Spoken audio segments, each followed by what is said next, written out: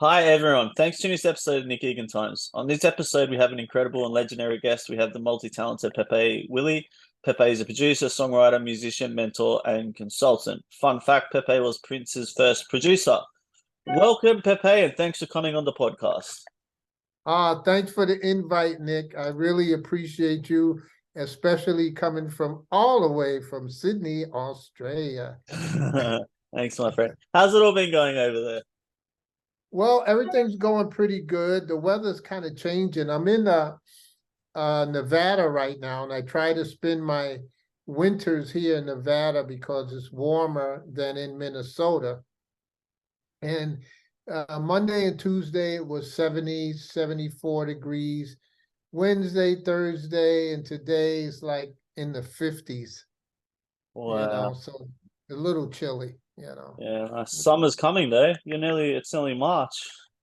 Oh yeah, but I leave in May because Nevada gets too hot, Yeah. and I suspect that in Australia the weather gets really hot there as well. No, it gets cold. We're heading in a couple, like in 1 week, it'll be our autumn here, so it'll start to get Oh, cold. So we're the opposite to you. So when it starts to get hot, we get cold. It's hot now, and it'll start to get cold.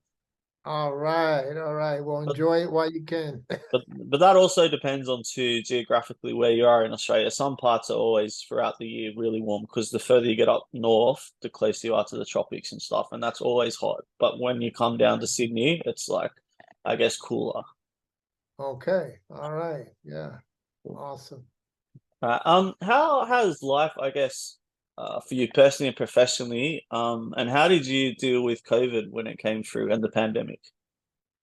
Well, I was in Nevada when COVID hit, and I had a friend of mine from France come in and visit me, and she couldn't leave, you know, she just couldn't leave until the summer, and it was Wow. very difficult, but we got through it. I didn't catch COVID during that time, but last year in August, I had caught COVID. Wow. Wow. But it was very mild and it wasn't that bad. I went rushed myself to the hospital and they said, "You got COVID," and they gave me all of these medicines and stuff. So I stayed in the house for like 10 days taking all these medicines, and I felt very well. My immune system is very strong. That's wonderful. That is wonderful. All right. Let's jump straight into it. Tell me about growing up. I believe you grew up in New York. Your background, your family, and what that was like. Well, growing up in Brooklyn, New York was very difficult. You know, I lived with my father. I never seen my mother and father together as a couple because they were separated or divorced or what have you. And there were like gangs and things like that in Brooklyn. I grew up in Bedford-Stuyvesant, they call it Bed-Stuy, do or die. That's what it was. So in order to survive, you had to be in the gang. You had to, and it was, I thank God that I made it out because there's a lot of people that I knew who I grew up with who just didn't make it. They got shot or stabbed, it was just unbelievable. But what pulled me out was my mother's brother, Clarence Collins. He was a member of Little Anthony and the Imperials. And they had a #1 record in 1958 called Tears on My Pillow. And he was 17 years old at the time, and I was 10. And he knew me as a little baby and growing up. But when I first recognized him, I was 10 years old, and I was saying, "Wow, you sing with Little Anthony and the Imperials," because you hear their songs on the radio and everything. And he was 17, so he was a smart ass. Yeah, I sing with Little Anthony and the Imperials. Yeah. And I thought that that was awesome. And when I was in school, I attended public school, and I would hear his music on the radio at the candy store when we got out of school. And I hear his song on the radio as the store is playing it. And I went like, oh, wow. I said, that's my uncle, and people did not believe it. They did not believe it. And they chased me all the way home because Oh, they thought I was lying. And so I knew not to say that anymore. And I didn't say that anymore. But 5 years later, after that, when I was 15 years old, I got very close to my uncle and his group, Little Anthony and Imperials. And he had a rock and roll show that Murray the K had given at the Brooklyn Paramount Theater. And all these acts was on the show. And I wanted to hang out with my uncle. My mother said it was okay because it was family. And so I went with him, and I'm backstage with all of these stars and everything. And I'm in the Imperials dressing room. And my uncle looked at me and he says, Pepe, he says, why don't you go and knock on some of these other stars' doors and see if they want anything from the store? You can, make some money. And I didn't even think of it. He thought of it. And I went like, oh, wow, this is amazing. So one of the first artists that I knocked on the door to get, to find out if he wanted something was the great Chubby Checker, oh wow. Mr. Twist. And I was in shock. I knocked on his dressing room door. He says, yeah. He says, come on in. So I go in and I'm looking at this guy. I'm going like, this is Chubby Checker. I said, this is the guy that did the twist, man. And he goes, yeah, I want something from the store. Because I asked him, do you want anything from the store? He goes like, yeah. He says, go get me a pack of cigarettes. So this is in the 60s, the early 60s. All right. And I could go and get him cigarettes. So he gave me money. He wanted a pack of Salem cigarettes. I go out the stage door, open the door, the guard let me out, and they had a police line there.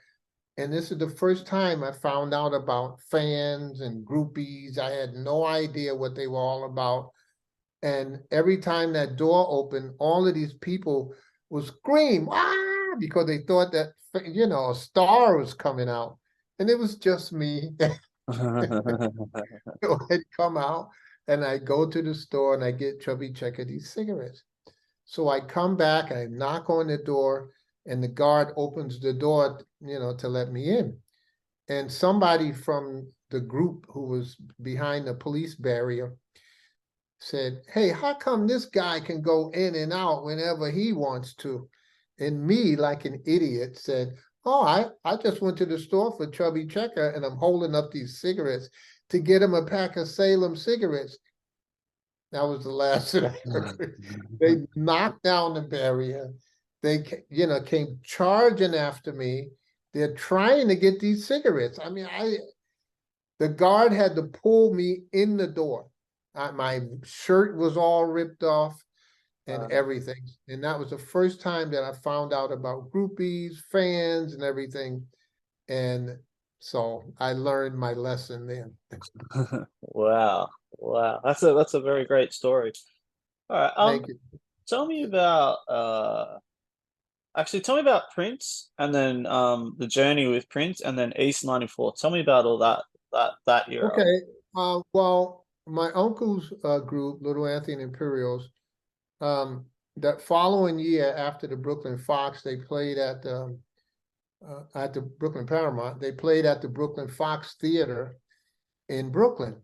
So they had all the Motown review there, from Stevie Wonder, The Temptations, Mary Wells, the Four Tops, Marvin Gaye, and then other acts like Patti LaBelle, Dionne Warwick, Mary Wells. I mean, they had everybody there. Jay and the Americans, the Righteous Brothers, everybody on the same show. And I'm there. Wow, this is amazing. So the next time the Imperials got a show was at the world famous Copacabana in New York City. They're world famous. And of course, I was there. I was a little older then, and I knew what to do as a valet, giving them towels and when they came off a stage so they can wipe the sweat off their face, and hung up their clothes and everything.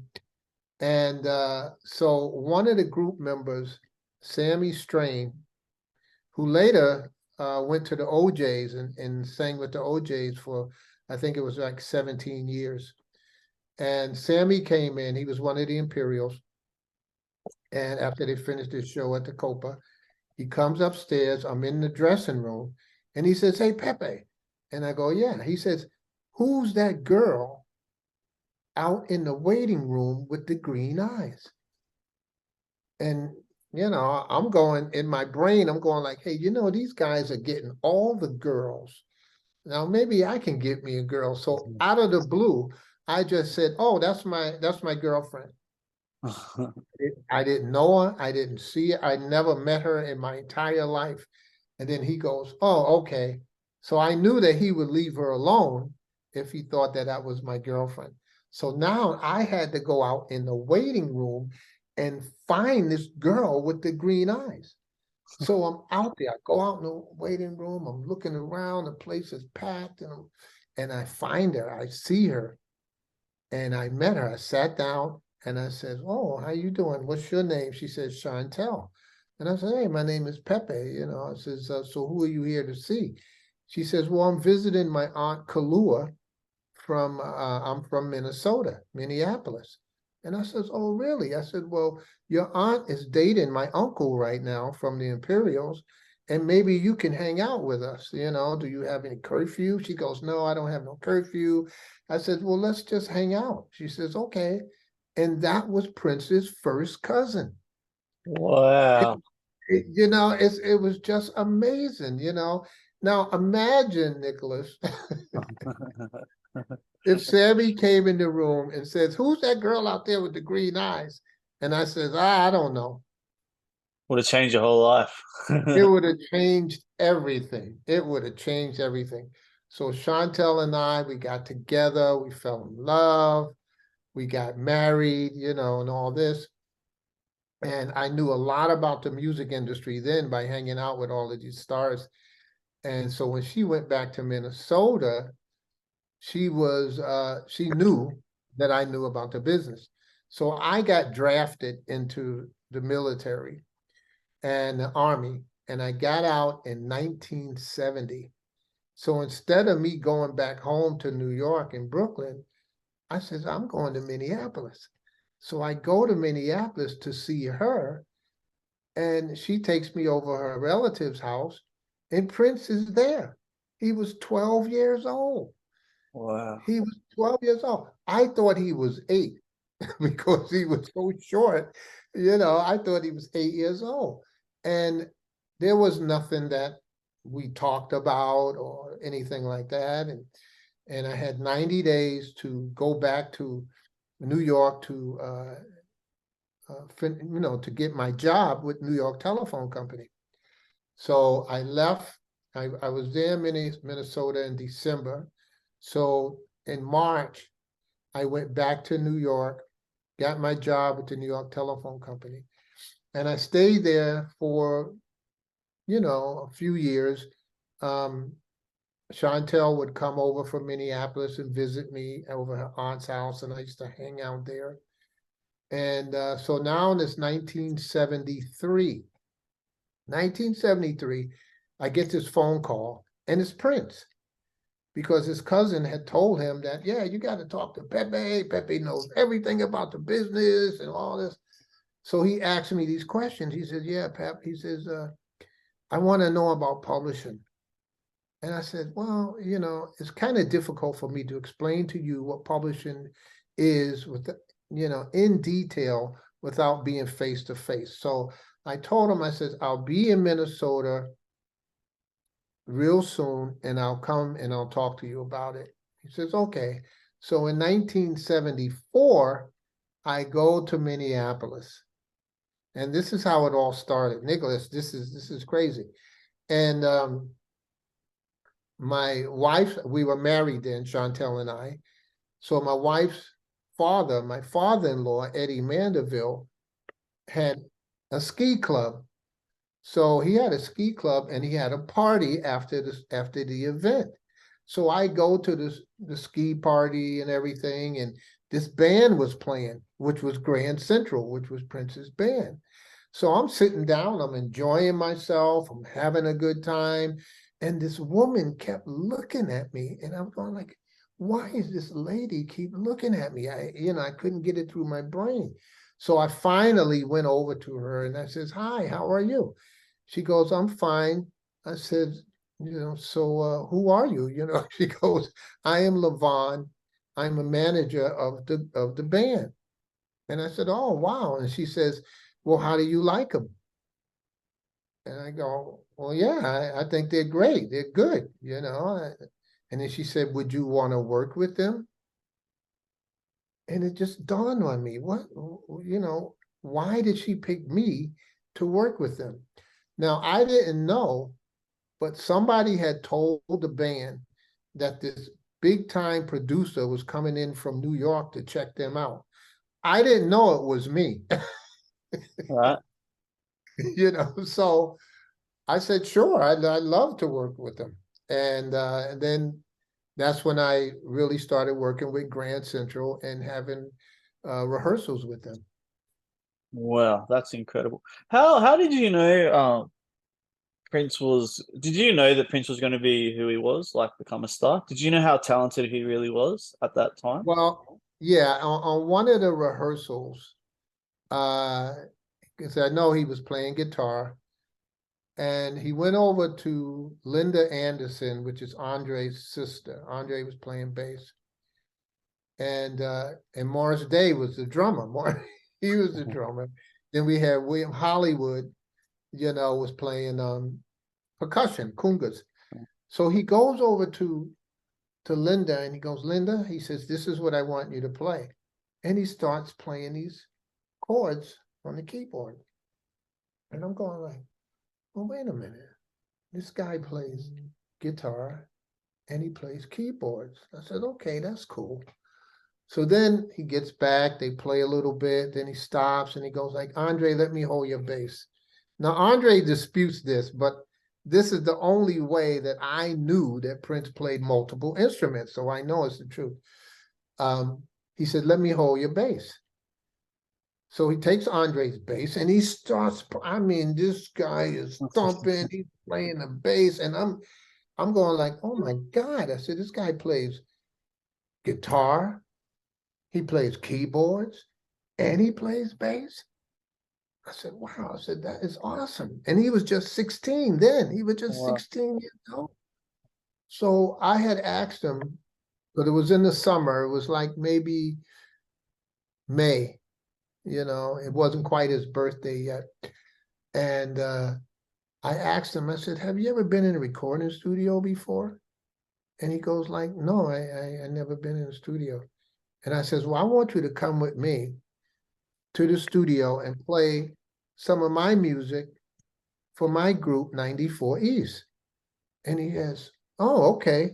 Now I not only rehearsed the band, but I also taught them the business of music, of what I knew during the time. And I knew the business backwards and forwards. I knew the business very well.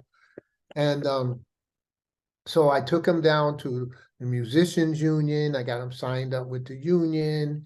And of course, I had to pay everybody. I had to pay all my band members. There was Marcy and Volkstad, Christy Lazenberry, Wendell Thomas, Dale Alexander, and Pierre Lewis. And I had to pay all of these people, So I gave him a cassette with 5 songs that I wrote that was on a guitar, my acoustic guitar. And I said, learn these songs, find out what you want to play on it, and we'll be in the studio in a couple of weeks. He says, okay. So 2 weeks later, we go into Cookhouse Recording Studios, and We started playing. We counted it off. 1, 2, 3, 4, boom, started kicking. The first song, and then the second song, and then the third song, and then the fourth song, and then the fifth song that's known as the Cookhouse Five, because those are the first time that Prince was ever in a recording studio. Wow. Wow. Amazing. It's amazing. It was just amazing. Well, all right. Thank you for sharing that. That's really great. A great story and insights. What has been the best memories off the top of your memory that really stand out for you in your career? So something that just is like one of those moments that you look back and just go, wow, that happened. Well, I think it's probably the best is just coming to Minnesota and working with Grand Central.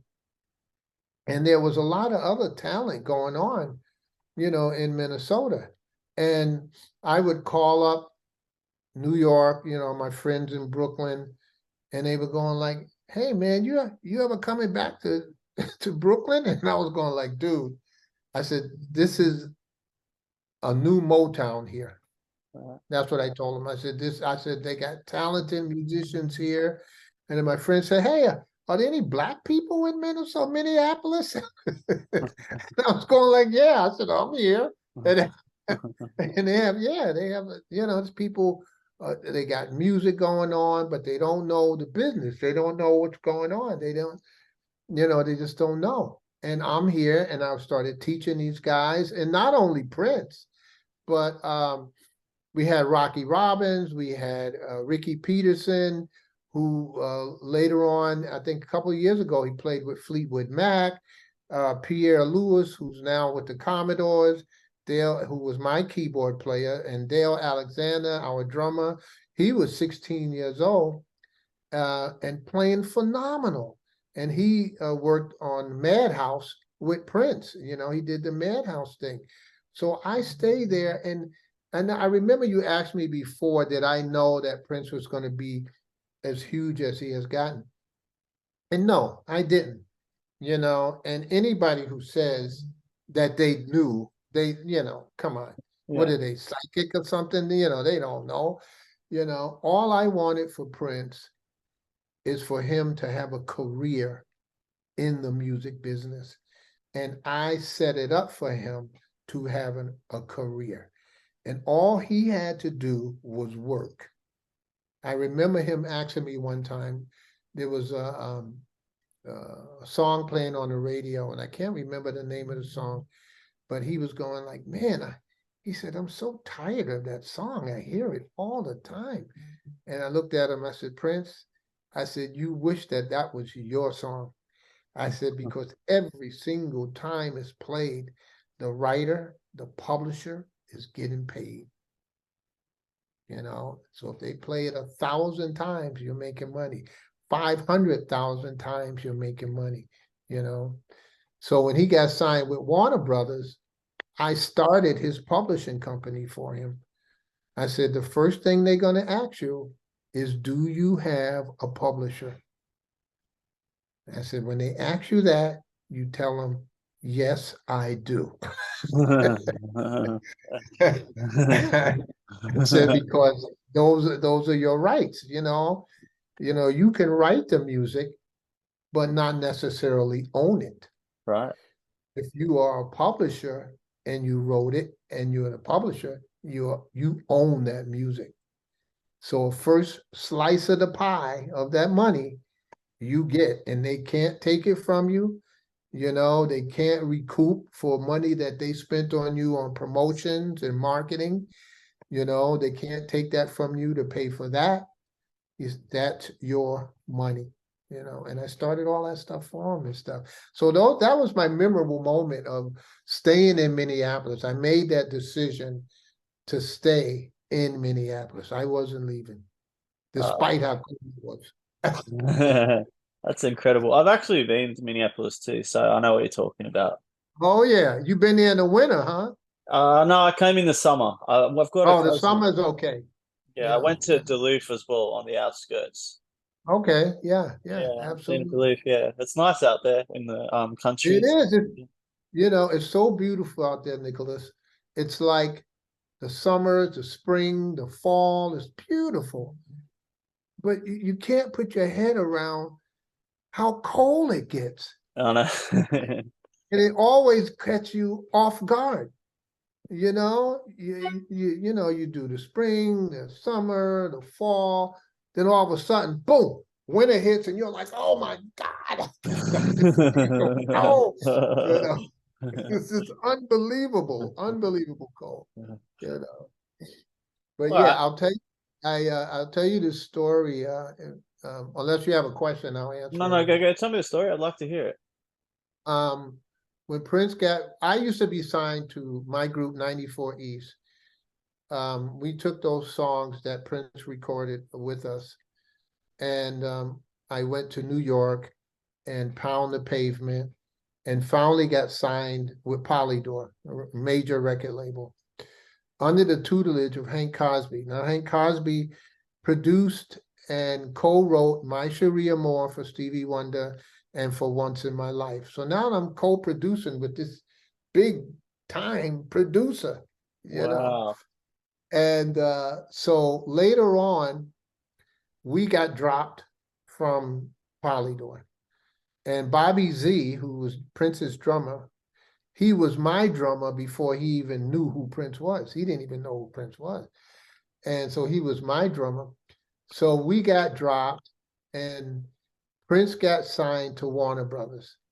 So when Prince got signed to Warner Brothers, I was saying in my brain, I was going like, well, what happened to us, I didn't want to happen to him. And that's why I stayed really close to him and made sure that his business and all things was together.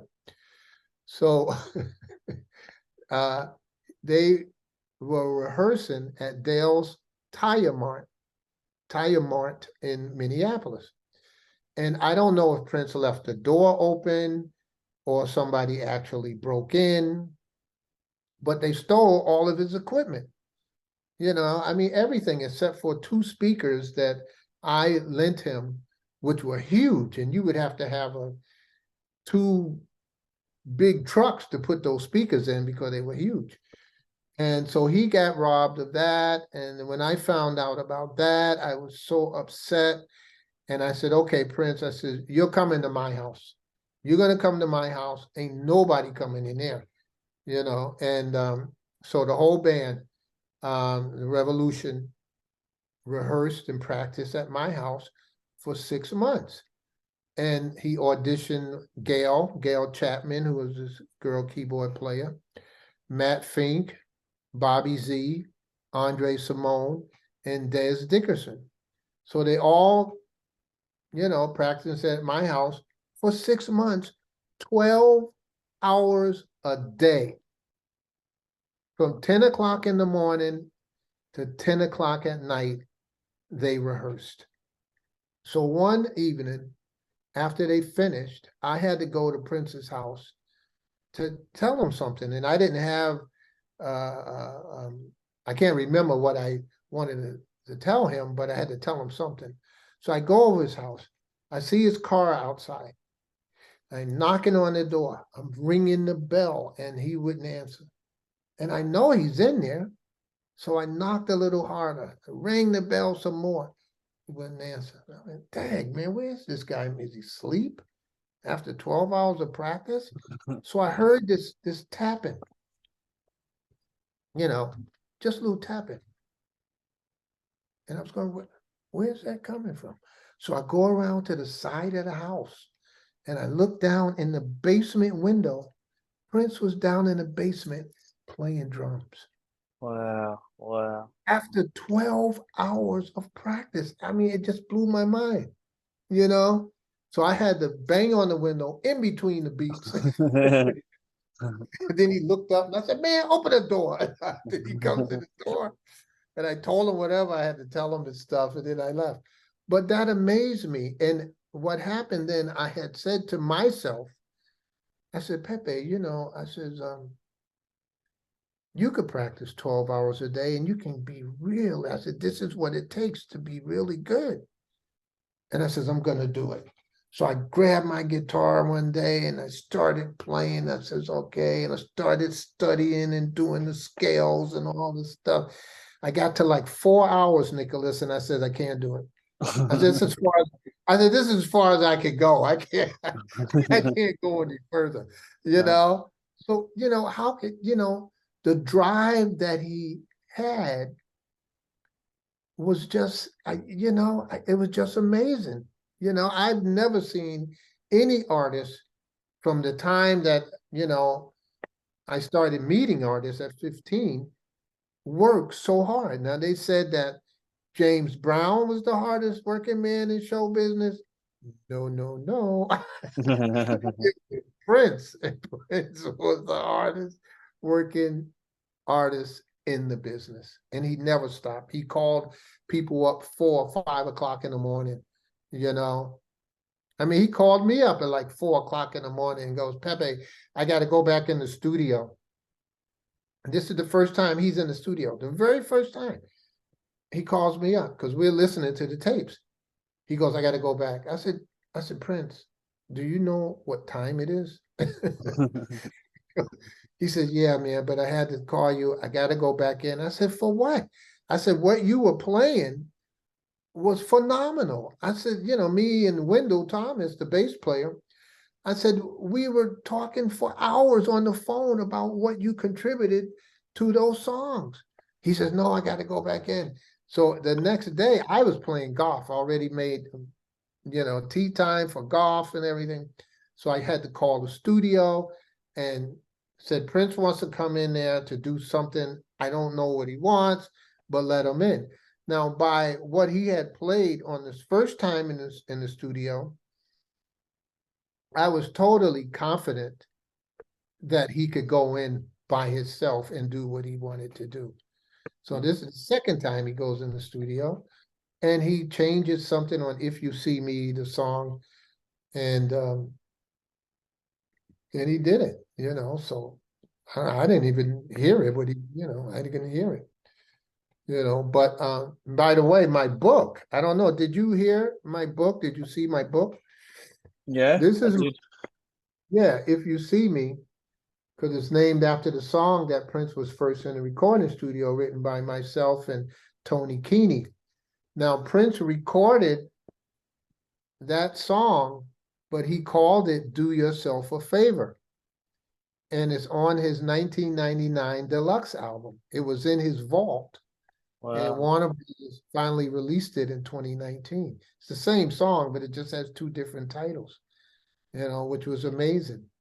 And I remember, because me and Morris Day used to hang out a lot, because we all had the same friends in Minneapolis. And we were going to Minneapolis, Morris and I, and we ran into Prince. And Prince was, he was good at what he did, but he was kind of a square. He didn't drink, he didn't smoke, he didn't, he didn't do anything. And we were smoking marijuana, we doing all kinds of stuff. Right. So me and Morris, we go to Minneapolis to get some more marijuana, and we run into Prince. And I was in Morris's car, and Morris sees Prince, and he goes, there's Prince, man. I go like, where? He goes, he's over there. And we look over there, and we go like, oh, man. Because we don't want to run into him. So Prince comes running over to the car, and he goes, hey, man. He said, what are you guys doing? And we go, oh, nothing, like that, Then he goes, here. And he hands his cassette to me, and I give it to Morris. He says, check this out. We put it in the cassette player in the car, and it was If You See Me. It was my song. Wow. And I was going like, wow. I said, man, this is awesome. He says, I'm going to put it out on one of my albums, man. I said, oh, man, Prince, that's awesome. Thanks, man. But he never put it out, right? So now it's in the 80s and stuff. And now I want to do my own album because Prince was stable. He was stable. And so I met a friend of mine, Jeffrey Pink, and who started this label. And he paid me to do my own album. and that was Minneapolis Genius. And I worked with Tony Sylvester. Tony Sylvester was a member of the Main Ingredient with Cuba Gooden Sr., who was the lead singer. And the Main Ingredient had all kind of hits. And for me to work with Tony, it was just unbelievable. And I learned a lot from him as well. And so I'm in New York. I'm talking to Teddy Randazzo. Teddy Randazzo wrote, I'm on the outside looking in, going out of my head, hurt so bad, take me back for Little Anthony and the Imperials, which were big hits for them. And Teddy was a good friend. He helped me with my writing. And he went with me to Polydor when I got signed, because he said, I said, Teddy, I'm going to, I got a meeting with Polydor. He said, you want me to go with you? And I go like, oh, wow. I mean, that was amazing to me, And so he went with me, and that's how we got signed to Polydor at the time. So it was just amazing how all of these things just came into play just by me saying, oh man, that's my girlfriend. They're incredible stories that you've told, and it's truly amazing, your career. Pepe, thanks for coming on the podcast. I do appreciate it. Sorry, it's amazing, and I wish you all the best in the future and everything you're doing. Hey, Nicholas, I appreciate the invite. Thank you so much. It was amazing. And I love telling these stories because it's part of history. It is. It is definitely. And it has to be out there. It has to get out, So thank you so much. God bless you, brother. God bless you too, brother too. Welcome thanks for coming on. I'm just sincerely appreciative. Thank you. All right. All right. Peace, baby. See you, my friend. See ya. All right. Bye-bye.